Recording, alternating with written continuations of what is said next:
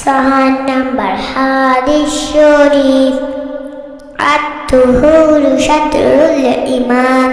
৪ নম্বর হাদিস শরীফের অর্থ পবিত্রতা ঈমানের অঙ্গ।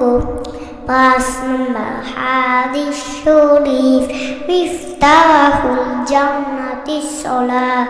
৫ নম্বর হাদিস শরীফের অর্থ নামাজ বেহেশতের চাবি।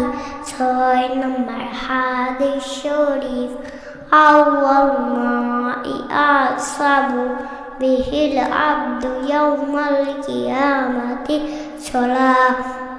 ৬ নম্বর হাদিস শরীফের অর্থ কিয়ামতের দিন সর্বপ্রথম নামাজের হিসাব হইবে।